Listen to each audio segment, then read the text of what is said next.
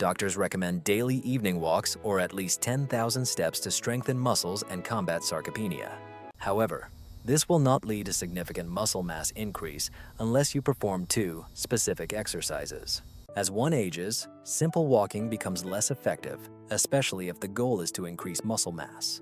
Therefore, all these walks may turn out to be fruitless. There are many self-proclaimed nutritionists on social media who advise, eat this or that to gain muscle. Although such advice may seem harmless, it won't help you combat sarcopenia or lead to muscle growth without including some exercises in your routine. But here lies the problem. Many elderly people make the mistake of lifting heavy weights or relying solely on walking. This is extremely wrong, as it can lead to injuries that may be life-threatening and leave you in the hospital indefinitely, or worse, in a wheelchair forever.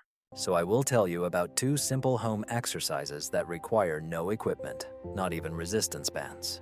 Nevertheless, they are very effective for building muscle mass. Research shows that these exercises can activate up to 90% of muscles during training. I will start with the second most important exercise, as it is the simplest and requires only a wall. Then I will share information about the most effective exercise. Moreover, I will talk about 3 exercises that you may be doing right now, but are actually not beneficial for you, especially if your goal is to build muscle and prevent loss at your age. Let's move on to the first exercise, wall push-ups. Speaking of push-ups against the wall, it is worth noting that while walking, you engage about 200 muscles. However, a problem arises. You only activate them to 20 to 30% of their potential. There is no real resistance, no genuine challenge.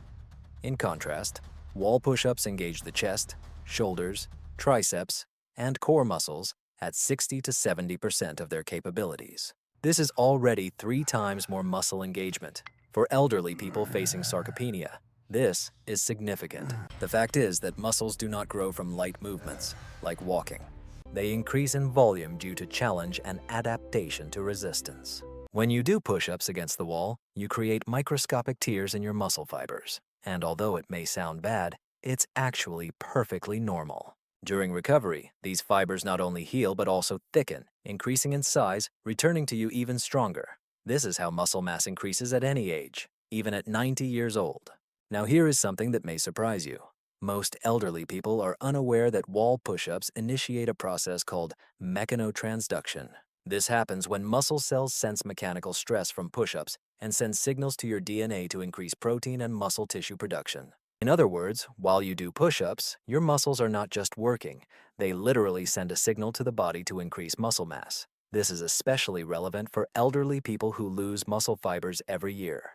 A revolutionary study published in the journal Aging and Physical Activity observed 150 adults aged 65 to 85 who did wall push-ups 3 times a week for 12 weeks.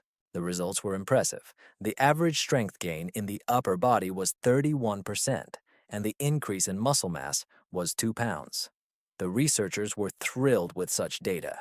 They noted, "We expected modest improvements, but saw a complete reversal of age-related muscle mass decline. Participants not only slowed down the process of sarcopenia, they managed to reverse it." Now let's look at how to properly do wall push-ups. Stand facing the wall at arm's length, placing your palms on the wall at shoulder height. Fingers should point upwards, and feet should be hip-width apart, firmly on the ground. It's important to keep the body in a straight line from head to heels, without allowing the hips to sag or protrude. Slowly bend your elbows and lean your body towards the wall. Elbows should point slightly down, not sideways. Lower yourself until your nose almost touches the wall. Then, controlling the movement, push off until your arms are straight again. This counts as 1 repetition. Inhale as you descend and exhale as you push off. Start with 8 to 10 repetitions. If this seems too easy, step away from the wall to increase the challenge. If, on the contrary, it is too difficult, move closer. Perform 3 sets, taking a minute's break between them. To achieve the best results, try to do this exercise 3 times a week. Monday, Wednesday, and Friday are perfect. This will give your muscles 48 hours to recover and grow between workouts. You must feel how your muscles work, perhaps even sense a slight burning. This is a sign that the process has begun. Now, as I mentioned earlier, There are exercises that should not be done consciously, especially in combination with wall push-ups, as they can be unsafe. I will talk about them later. But if you rely solely on wall push-ups to build muscle, unfortunately, it won't work, as they only engage the upper body. Push-ups alone are not enough for developing leg muscles, which are very important as you age. Your legs support you throughout your life. Without strong legs, you risk serious injuries from falls, which can leave you bedridden. For this reason, you should add the following exercise to achieve better results in muscle mass gain. Chair squats. Now let's discuss chair squats in more detail. When you walk, your legs of course move, but they merely carry the weight of your body in an upright position, using minimal effort. Your quadriceps, powerful muscles in the thigh area, are currently working at only 25% of their capacity. And your gluteal muscles, the largest in the body, are hardly engaged. That is why chair squats are an important exercise for the elderly. These squats can change the situation. They activate their quadriceps up to 75%, glutes up to 80%, and the hamstrings and calves also start working. This exercise targets the muscles of the lower body, the very muscles that allow you to get up from the toilet, climb stairs, and lead an independent life. For elderly people suffering from sarcopenia, leg strength is not just a matter of mobility, it's a matter of dignity. This means that you won't need outside help to get up from the chair. It also helps prevent falls that send thousands of elderly people to hospitals every day. Here is something amazing that many elderly people do not know about chair squats. They promote the mass release of growth hormone and testosterone. Yes, even in older people, these hormones that helped grow your muscles in youth begin to be produced again thanks to this exercise. Chair squats activate large muscle groups, prompting the body to produce hormones. An amazing study published in the International Journal of Environmental Research and Public Health examined 200 adults aged 70 to 92 who performed chair squats 4 times a week for 16 weeks. The results were impressive. Participants gained an average of 3 to 7 pounds of pure muscle mass in their legs and improved their time to stand up from a seated position by 43%. Participants' balance improved by 38%, and the risk of falls was reduced by half. The researchers were astonished. Many participants who started the study using walkers were already moving without assistance by the 10th week. Now, it was about how to properly perform squats on a chair. Find a sturdy and stable chair that won't slide or tip over and place it behind you. Stand in front of the chair with your feet shoulder-width apart, slightly turning your toes outward. Extend your arms in front of you at shoulder level for balance. This is your starting position. Now imagine that you are about to sit down, but you do so in slow motion. Begin to lower yourself, pushing your hips back as if reaching for a chair. Allow your knees to bend naturally, but keep them in line with your toes, not letting them collapse inward. Lower yourself until your buttocks touch the chair, but try to do it with the lightest touch possible, without actually sitting down. Once you feel contact, pause for half a second. Then, pushing with your heels, rise back up, squeezing your buttocks at the top. Keep your chest elevated throughout the movement and your gaze directed forward, regardless of the floor. Your weight should remain on your heels and the midfoot, never shifting to the toes. Start with 10 to 12 repetitions. If you need to take a break between sets, that's perfectly fine. It is recommended to perform 3 sets with a 90-second rest in between.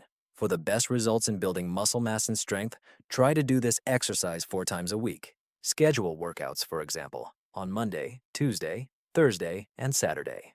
Increased training frequency compared to wall push-ups is quite justified, as your leg muscles recover faster and can handle more frequent sessions. However, these exercises will not yield the desired results for your muscle building goals if you continue to perform the 3 exercises I am about to describe. One of them is very popular, and I'm almost sure you did it last week. After working with thousands of elderly people facing muscle loss, studying numerous exercise research, and consulting leading specialists in muscle preservation, I identified 3 most dangerous exercises that elderly people should avoid at all costs. Although wall push-ups and chair squats are great for strengthening muscles, there are certain exercises that can negate all their benefits and even put you at serious risk of injury. The first exercise that should not be included in your training program is crunches, sit-ups, and cranes. Go to any gym, flip through any fitness magazine, and you will see them everywhere. This is probably the most commonly recommended exercise for core development in the world. In fact, a survey in 2023 showed that 67% of fitness trainers recommend crunches or planks for older adults to burn visceral fat and strengthen core muscles. But here's what they won't tell you in the gym. Yes, crunches activate your abdominal muscles, but every time you bend your spine forward, it leads to its compression. For elderly people, this is a real disaster waiting to happen.